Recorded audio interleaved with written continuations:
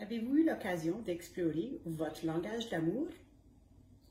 Les langages d'amour, il y en a 5. Concept de Gary Chapman.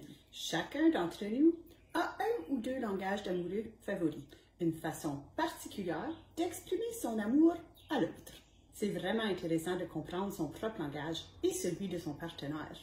En réfléchissant à votre propre langage d'amour, vous vous donnez des pistes pour vous aimer et mieux vous comprendre. Alors le premier, les paroles valorisantes. C'est faire des compliments à l'autre, dire des petits mots doux, le ou la valoriser, l'encourager par des mots. Il y a aussi le temps de qualité. Le temps de qualité, c'est partager un moment. Avoir une écoute active, attentive pour l'autre, des conversations profondes, faire des activités ensemble, les moments de connexion. Les moments de qualité, vraiment, c'est d'être en pleine présence avec l'autre.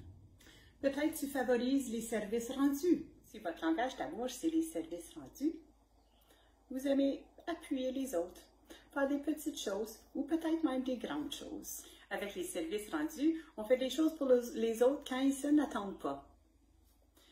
Une différence entre les services rendus et les cadeaux, c'est que les cadeaux contiennent quelque chose, soit acheté ou fabriqué, et les services rendus, c'est plutôt un geste.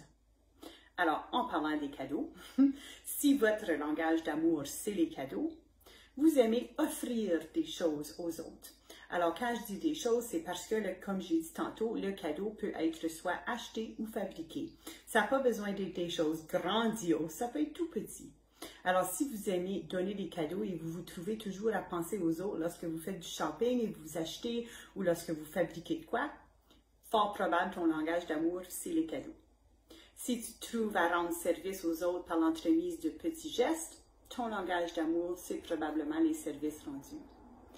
Si tu trouves à donner des caresses, toucher ou juste toucher avec le doigt, poking, si je peux me permettre de dire comme ça, ton langage d'amour, c'est le toucher physique. Aimes-tu beaucoup les paroles? Est-ce que tu trouves à écrire des petites notes aux autres? Ou t'aimes recevoir les notes? Ou t'aimes donner des compliments? Recevoir des compliments? T'aimes la magie des mots? Si oui, fort probable, ton langage de l'amour, c'est les paroles valorisantes. Si tu aimes passer du temps de qualité avec les autres et tu t'ouvres pleinement et tu es présente dans les relations, ton langage d'amour, c'est probablement le temps de qualité. À toi de continuer à explorer. Écris les 5 langages d'amour et mets-toi un petit crochet lorsque tu te sens aimé ou lorsque tu te trouves en faisant tel geste pour pouvoir mieux te comprendre, mieux t'aimer et comprendre les 5 langages d'amour. Il existe également des tests en ligne que vous pouvez prendre pour évaluer vos langages d'amour. Allez-y en toute curiosité.